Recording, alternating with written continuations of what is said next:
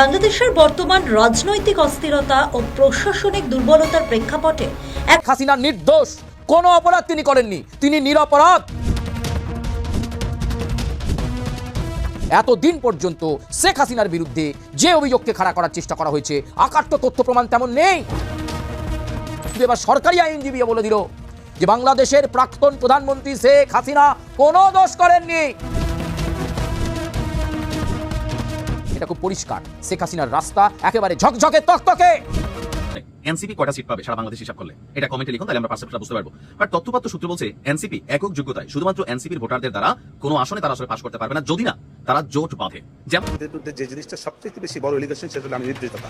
এই নির্দেশদাতা হিসাবে আমি মনে করি রাষ্ট্রপক্ষটা প্রমাণ করতে পারে নাই, সক্ষম না হওয়ার কারণে আমার আসামিরা খালাস পাবে। নাহিদ ইসলাম 4 তারিখে কিভাবে বুঝলো যে 5 তারিখে এই সরকারের পতন হবে?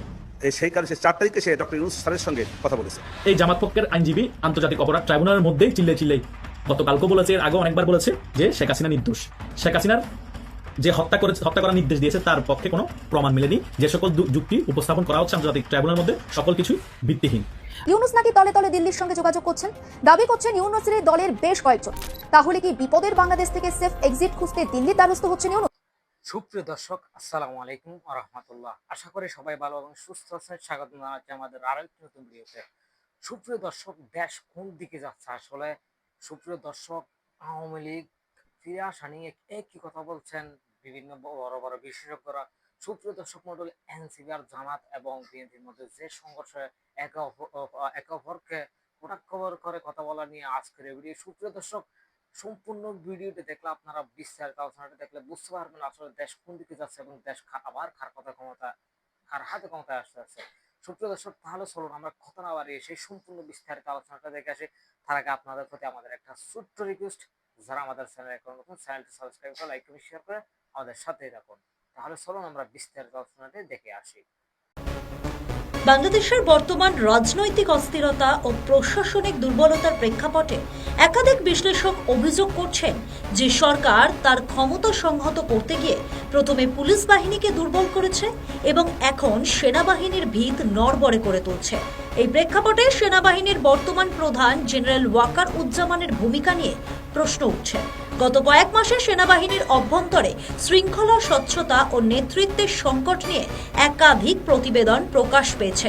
সেনাপ্রধান ওয়াকার উজ্জামান সম্প্রতি এক অনুষ্ঠানে বলেন, দেশকে এগিয়ে নিতে হলে ভালো মানুষ হতে হবে এবং শৃঙ্খলার উপর গুরুত্ব আরোপ করেন। তবে রাজনৈতিক বিশ্লেষকরা বলছেন তার বক্তব্য বাস্তব পরিস্থিতির সঙ্গে সঙ্গতিপূর্ণ নয়।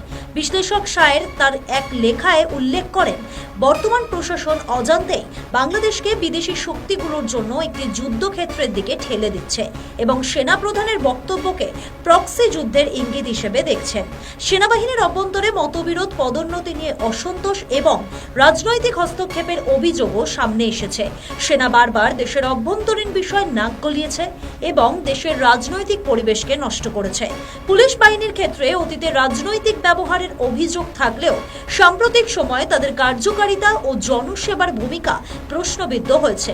একই ধারা সেনাবাহিনীতেও দেখা যাচ্ছে, যেখানে অভ্যন্তরীণ সিদ্ধান্ত গ্রহণে স্বচ্ছতার অভাব এবং রাজনৈতিক পক্ষপাতের অভিযোগ উঠেছে।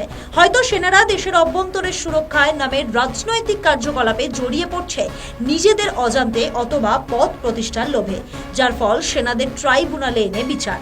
জেনারেল ওয়াকার উজ্জামান 2024 সালে সেনাপ্রধান হিসেবে দায়িত্ব গ্রহণ করেন এবং তার পূর্বসূরি SM সফিউদ্দিন আহমেদের সময়কার কিছু সংস্কারকে বাতিল করেন। তার নেতৃত্বে সেনাবাহিনীর কিছু কৌশলগত সিদ্ধান্ত, যেমন করিডোর ও বন্দর ব্যবস্থাপনা নিয়ে বিতর্ক তৈরি করেছে।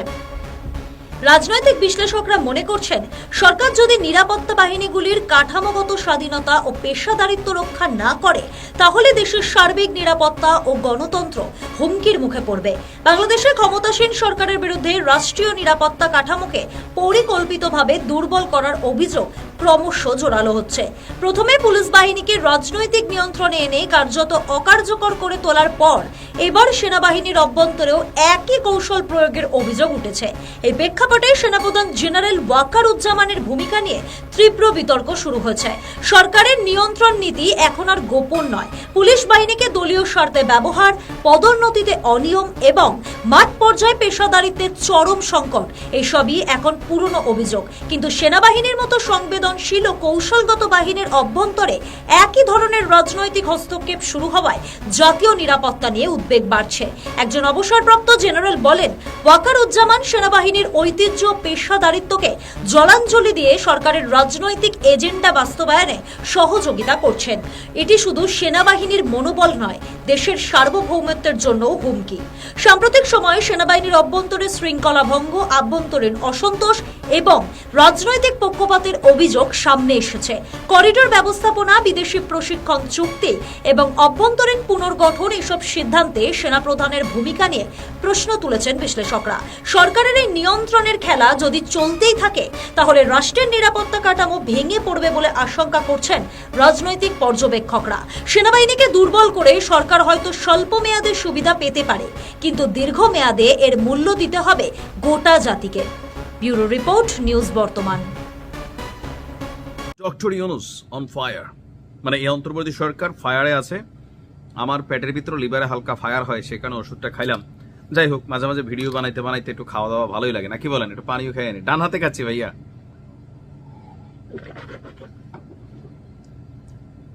মানবাধিকার সংগঠনগুলা নানান ধরনের অ্যাক্টিভিটিস চালায় বিশ্বজুড়ে।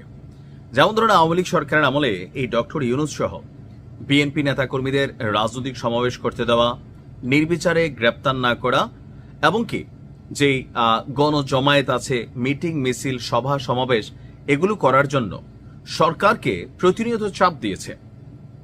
তো Sheikh Hasina, the iron lady, তিনিও আয়রন হাতে সেগুলাকে পাত্তা দেন নাই।